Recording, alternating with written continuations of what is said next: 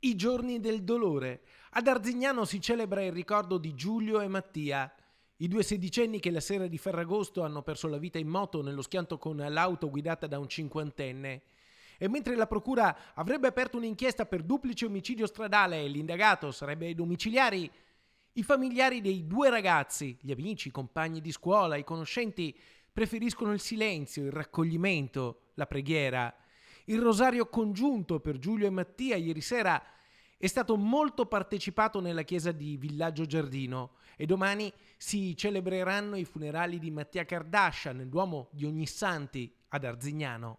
Gli daremo l'ultimo saluto nel Duomo Ognissanti di Arzignano, città nella quale si svolgeva la maggior parte della sua vita sociale, familiare, anche se da quasi 2 anni era residente a Montorso Vicentino.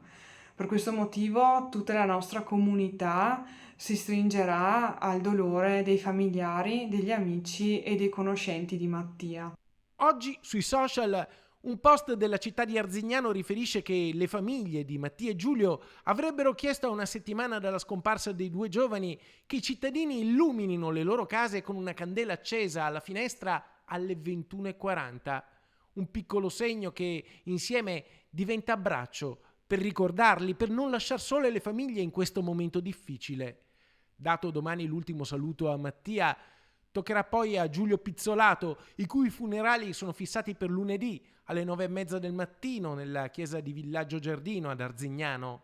Martedì invece dovrebbe essere conferito l'incarico a un consulente per ricostruire l'esatta dinamica del disgraziato incidente stradale che ha infranto il futuro dei due amici ed innanzitutto potrebbero essere analizzate l'auto e la moto poste sotto sequestro dopo lo schianto. Questo dramma rimarrà nella memoria di ognuno di noi perché ci dovrà ricordare sempre, in ogni momento, quanto sia importante tenere dei comportamenti responsabili nella società, nella comunità in cui viviamo e soprattutto sulla strada.